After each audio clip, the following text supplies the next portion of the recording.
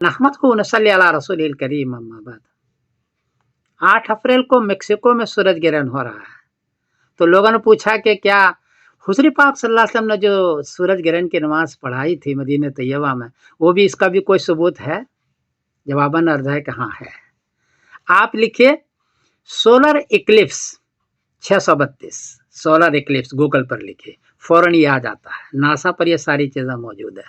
آپ صلی اللہ علیہ وسلم نے نماز پڑھائی ہے اور اس دن آپ کے بیٹے حضرت ابراہیم رضی اللہ تعالیٰ عنہ کا انتقال ہوا ہے. آپ نے فرمایا کہ کسی کے مرنے یا کسی جینے سے سورج گرہن نہیں ہوتا، یہ تو اللہ کی نشانی ہے.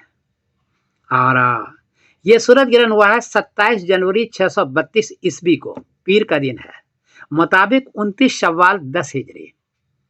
یہ سورج گرہن ہوا ہے جھونا گڑھ گجرات کے اندر سب سے بڑا اور مدینہ طیبہ کے پاس سے گزرا ہے.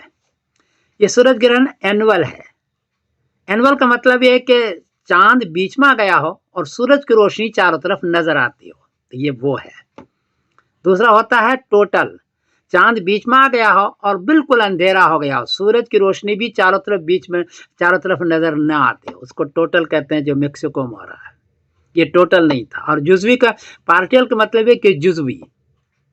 یہ جو سورج گرہن تھا یہ اینول تھا، کیونکہ اندھیرا کافی تھا، اس لیے حدیث کے اندر آتا ہے کہ ایک نیزہ اور 2 نیزہ جب سورج اوپر اٹھا تو بہت اندھیرا ہو گیا. یہ شروع ہوا ہے گرینچ ٹائم کے اعتبار سے 5:12 صبح، درمیان میں آیا ہے 6:31 صبح، اور یہ ختم ہوا ہے 7:50 پر صبح. یہ گرینچ ٹائم کے اعتبار سے یہ سورج گرہن 2 گھنٹہ 38 منٹ لمبا ہے. 2 گھنٹہ آپ صلی اللہ علیہ وسلم نے اسی 2 گھنٹہ 38 کے درمیان میں نماز پڑھی ہوگی. اور گریٹسٹ جو ہوا ہے وہ 6:31 ہوا، جو درمیان میں سورج گرہن ہوا ہے.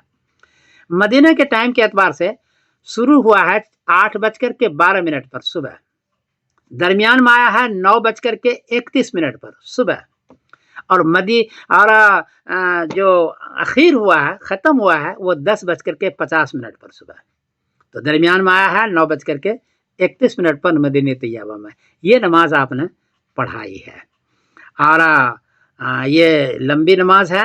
حدیث کے اندر آتا ہے کہ اندھیرا ہو گیا تھا، اور چونکہ اینول تھا تو اندھیرا ہو گیا تھا، تو یہ اس ٹائم پر آپ نے نماز پڑھائی ہے. ناسا پر یہ ساری چیزیں موجود ہیں. مجھے مل گیا ہے تو میں آپ کو دے رہا ہوں، آپ بھی لے لیں اس کو. میں سبیر الدین قاسمی بول رہا ہوں مانچسٹر انگلینڈ سے. السلام علیکم ورحمۃ اللہ وبرکاتہ.